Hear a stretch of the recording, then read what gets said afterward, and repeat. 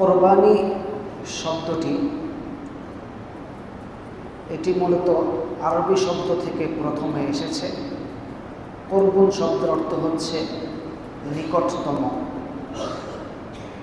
সেখান থেকে উর্দুতে কিংবা ফার্সিতে এটাকে কোরবানি বলা হয়। আর কোরবানি দ্বারা এর আবিধানিক অর্থ বলা হয় নৈকট্য অর্জন করা।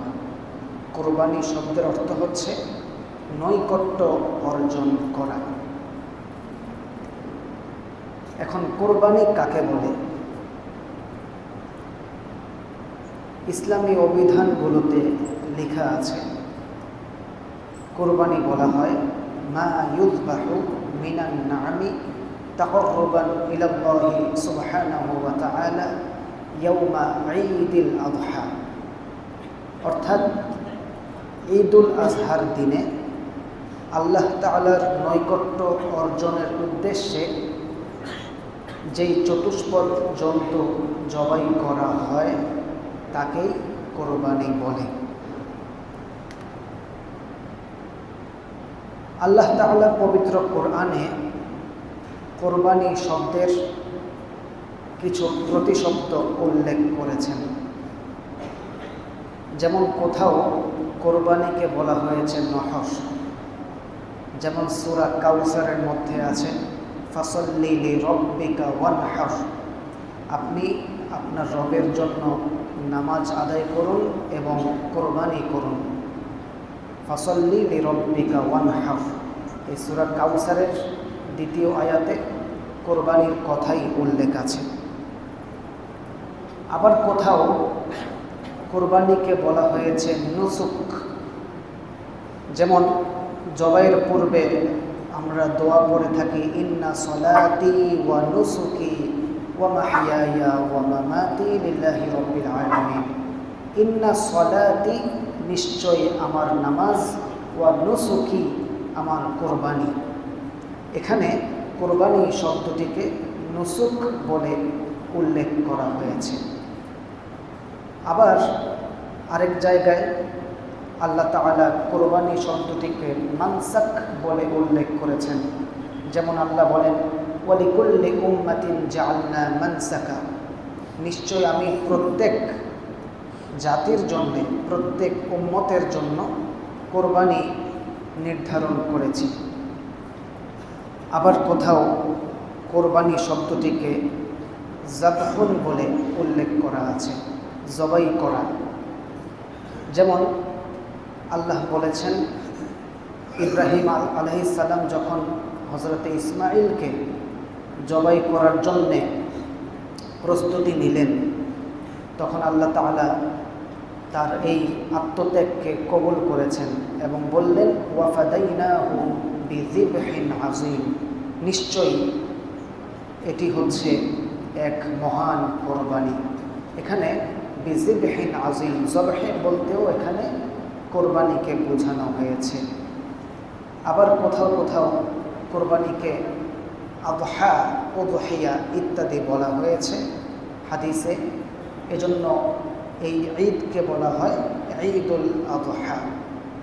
এই হচ্ছে কোরআনে এবং হাদিসে কোরবানির বিভিন্ন প্রতিশব্দ।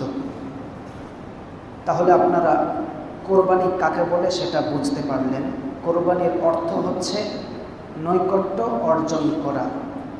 আর পারিভাষিক পরিচয়ে বলা হয় আল্লাহ প্রদত্ত নির্ধারিত চতুষ্পদ জন্তুকে ঈদের দিন জবাই করার মাধ্যমে আল্লাহ তাআলার নৈকট্য অর্জনের যে চেষ্টা, সেটাকেই বলা হয় কোরবানি। আবার অনেকে কোরবানিকে আত্মত্যাগ বলেও উল্লেখ করেছেন, কেননা পুরো কোরবানিটাই হচ্ছে ত্যাগের পরিচয়।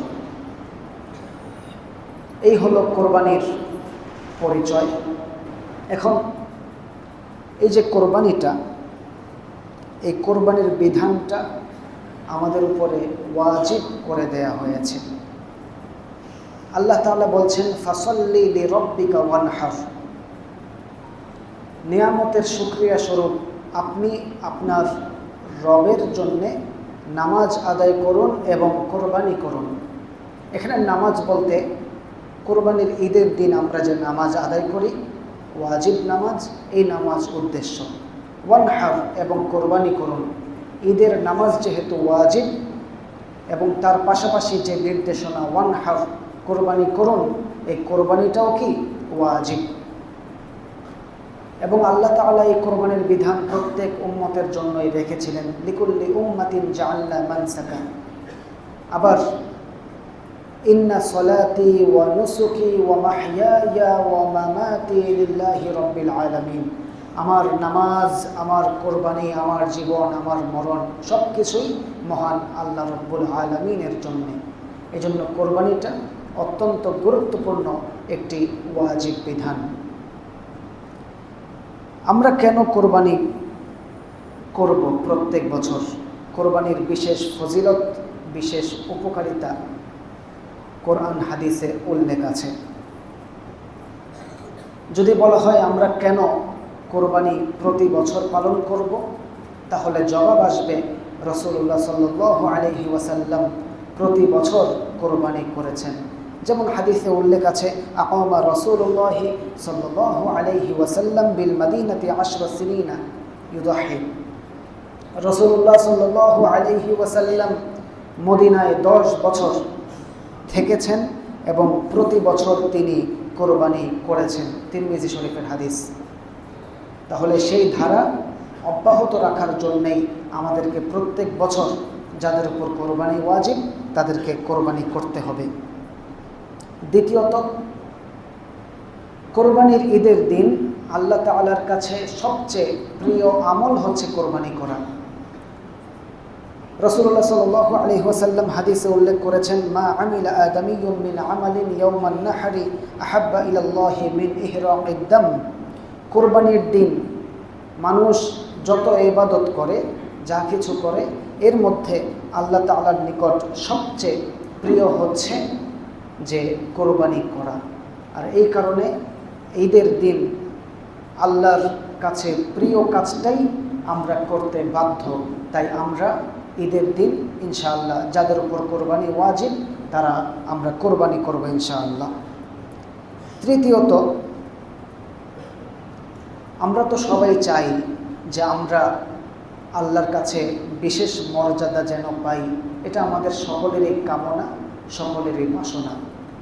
আর এই কারণে রাসূলুল্লাহ সাল্লাল্লাহু আলাইহি ওয়াসাল্লাম বলেছেন, ওয়া ইন্নাদ দামা লা ইয়াকউ মিনাল্লাহি বিমাকানিন ক্বাবলা আন ইয়াকআ মিনাল আরদি ফাতিবু বিহা নাফসান ইন্নাহা লাতাতি ইয়াওমাল কিয়ামাতি বিকুরুনিহা ওয়া আশআরিহা ওয়া আজলাফিহা।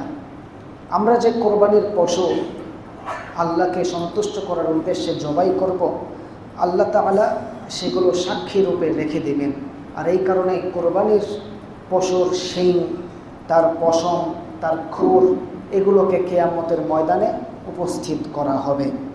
এবং আল্লাহ তাআলা কোরবানির পশুর রক্ত তার গলা থেকে মাটিতে পড়ার আগেই এক বিশেষ মর্যাদা তিনি দান করেন। আর এই কারণে রাসূল বলেছেন, তিবু বিহা নাফসান, তোমরা আনন্দ চিত্তে কোরবানি করো।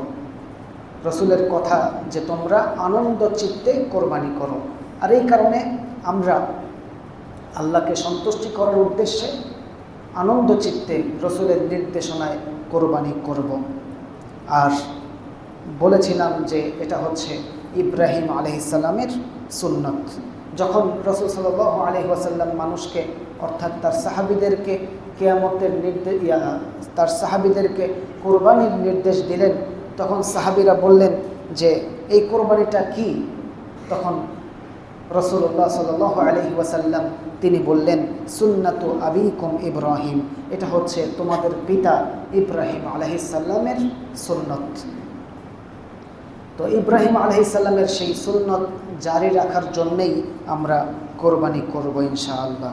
আবার কোরবানির যে পশু, আল্লাহ যদি কোরবানি কবুল করে নেন, তাহলে কোরবানির পশুর পশমের প্রত্যেকটি পশমের বিনিময়ে আল্লাহ তাআলা আমাদেরকে সওয়াব দান করবেন। আবার আরেকটি হাদিসে রাসূলুল্লাহ সাল্লাল্লাহু আলাইহি ওয়াসাল্লাম বলেছেন, যে কোরবানির পশুর রক্তের ফোঁটা মাটিতে পড়ার আগেই গুনাহ মাফ করে দেয়া হয়। সুবহানাল্লাহ। যিনি কোরবানি দিচ্ছেন, যারাই কোরবানি দিচ্ছেন, তাদের নেক নিয়ত যদি থাকে এবং ইখলাসের সাথে যদি তারা কোরবানি করেন, তাহলে কোরবানির পশু রক্ত মাটিতে পড়ার আগেই আল্লাহ তাআলা ওই কোরবানির কবুল করে নেন এবং কোরবানি দাতাকে ক্ষমা করে দেন। আবার অপর হাদিসে উল্লেখ আছে যে কিয়ামতের ময়দানে যখন মানুষের আমলকে দাড়িপাল্লার মাধ্যমে ওজন করা হবে, মাপা হবে, তখন তার জীবনের ওই কোরবানিগুলোর, যে কোরবানির পশুর রক্ত, পশম ইত্যাদি, এগুলোকেও ওই দাড়িপাল্লার মাপে ওজন করে সওয়াবের পাল্লাকে ভারী করে দেয়া হবে। সুবহানাল্লাহ। আর এই কারণে আমরা কোরবানি করব।